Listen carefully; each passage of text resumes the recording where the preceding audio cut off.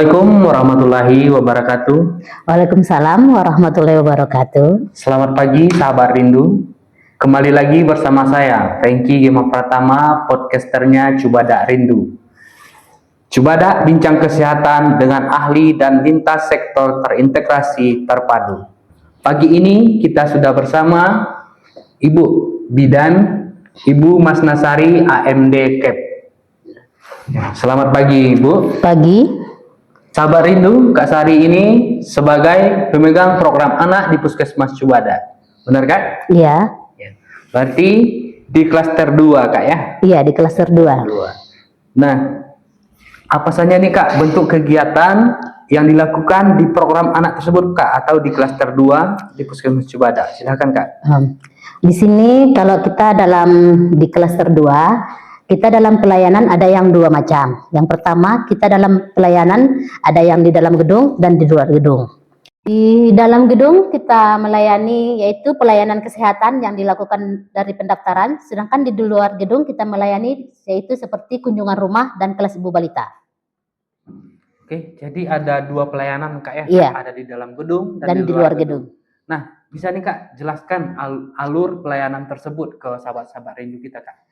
Baiklah, kalau untuk alur pelayanannya di sini pasien datang pendaftaran, kita melayani di pendaftaran, ada nanti yang melayani. Setelah itu ditunjukkan kepada rekam medis, itu pelayanannya setelah terdaftar, nanti di rekam medis baru dialurkan ke pemeriksaan umum. Setelah pemeriksaan umum, nanti pelayanan akan ditujukan ke klaster 2. Di klaster 2 itu kita nanti layani, di mana ada nanti pelayanannya baik dari bidan, ada nanti konsultasi dengan dokter, sampai kita melayani sampai pemeriksaan, sampai diagnosa. Setelah habis, nanti kita mengajukan ke apotek. Nah, kategori untuk pasien anak ini sampai umur berapa Kak? Pasien anak kita melayani dari umur 0 sampai 18 tahun. Sampai 18 tahun ya. Nah, tentang capaian program di tahun 2025 ini, bagaimana Kak? Bisa dijelaskan Kak sedikit? Tentang capaian program anak, kita mempunyai beberapa indikator. Yang pertama yaitu indikator pelayanan kesehatan bayi. Yang kedua, indikator pelayanan kesehatan KN lengkap. Yang ketiga, yaitu pelayanan yang bayi yang di SHK. Yang keempat yaitu ada pelayanan bayi yang ada komplikasi. Yang kelima yaitu pelayanan kesehatan pada bayi. Yang ketujuh pelayanan kesehatan pada balita. Yang ke-8 yaitu pelayanan kesehatan pada anak prasekolah. Di mana dalam indikator ini kita masih capaian target yang kita dapatkan masih di bawah kalau untuk KN 1 sampai KN lengkap. Tetapi kalau untuk KN pemeriksaan bayi sampai balita sampai prasekolah, kita sudah alhamdulillah mencapai target. Dari semua indikator yang Kakak jelaskan tadi nih Kak, berapa target yang harus kita capai? Oh iya, kalau targetnya semua yaitu 100%. Dalam program anak ini kita samakan. Dari targetnya itu hanya 100% semuanya. 100% semuanya Kak? Iya. Nah, untuk pencapaiannya per semester Kak, sekarang kan udah bulan Juli nih Kak. Iya.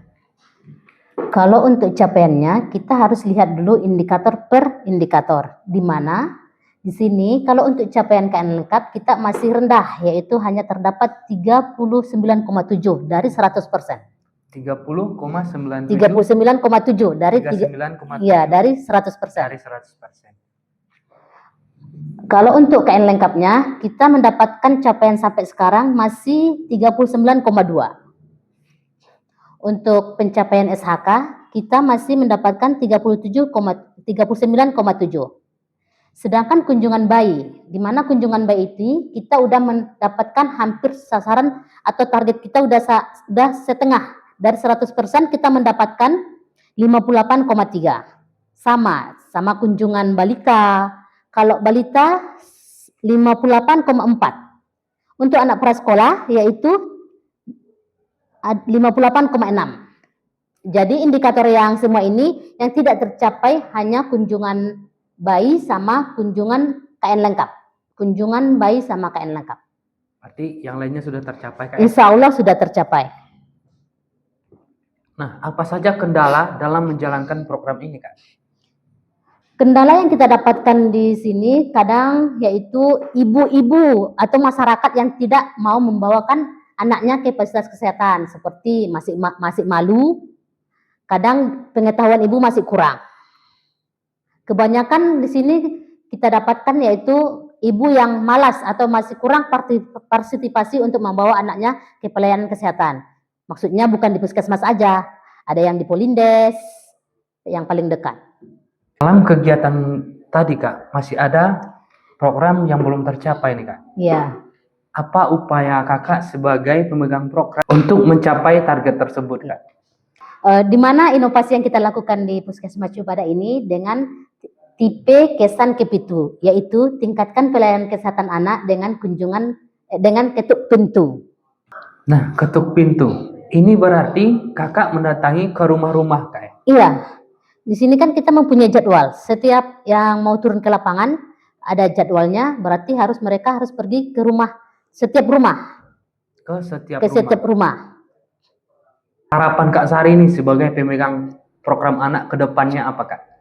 Oh iya, untuk harapannya kita di Puskesmas ini berharap, atau saya sebagai wakilan dari program anak berharap kepada ibu-ibu untuk membawa anaknya ke fasilitas kesehatan seperti Polindes, Puskesmas, sehingga di sini kita dapat mendeteksi tumbuh kembang anak. Oke, Kak, untuk closing statement kita di kali ini silahkan, Kak.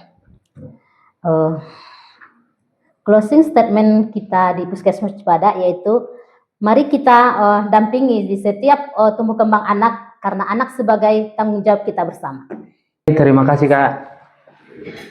Baiklah sahabat-sahabat rindu, sampai jumpa di segmen berikutnya. Assalamualaikum warahmatullahi wabarakatuh. Wabarakatuh.